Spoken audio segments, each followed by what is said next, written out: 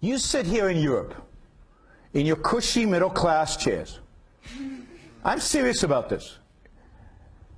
And you want to judge the African, or let's take the Chinese, because that's why, you know, in Apple, or the Indonesian so-called sweatshop or whatever.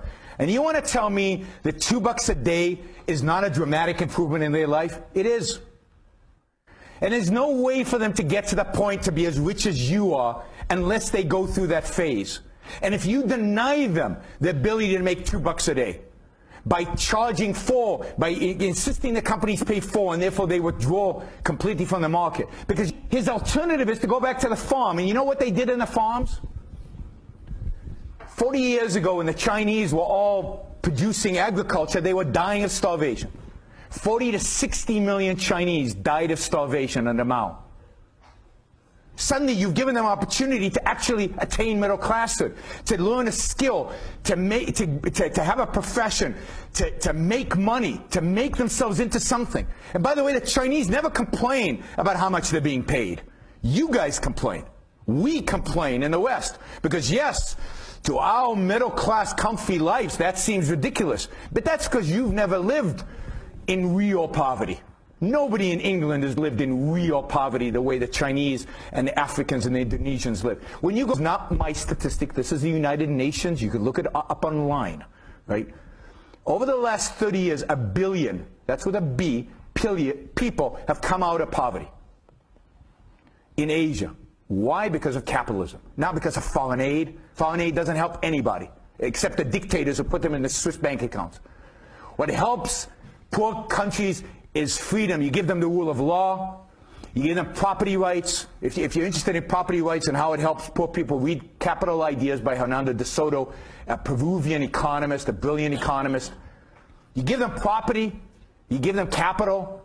You give them a job. That's how you create wealth. Not by giving them handouts. So 1 billion people have come out of poverty. Now, I know some people have said, all you guys care about is the rich. Somebody said, what you care about is the rich deserve it. You know what? I don't care about the rich. They don't need taking care of, right? They're doing great. I care about the poor. I care about the poor. And the only system in human history, to help the poor, to help ambitious poor people rise out of poverty and become rich, has been capitalism. Free markets are the only cure for poverty.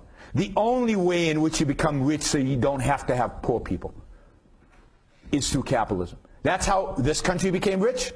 That's how America became rich. That's how Hong Kong became rich. That's how South Korea became rich. There's no other way to do it. When we tried socialism, we get poverty. We get a return, a deterioration. We get a destruction of wealth, not a creation of wealth. So you want people to, you care about the poor and the middle class? I also care about the rich, because I think that they are villainized for, which is unbelievably unjust.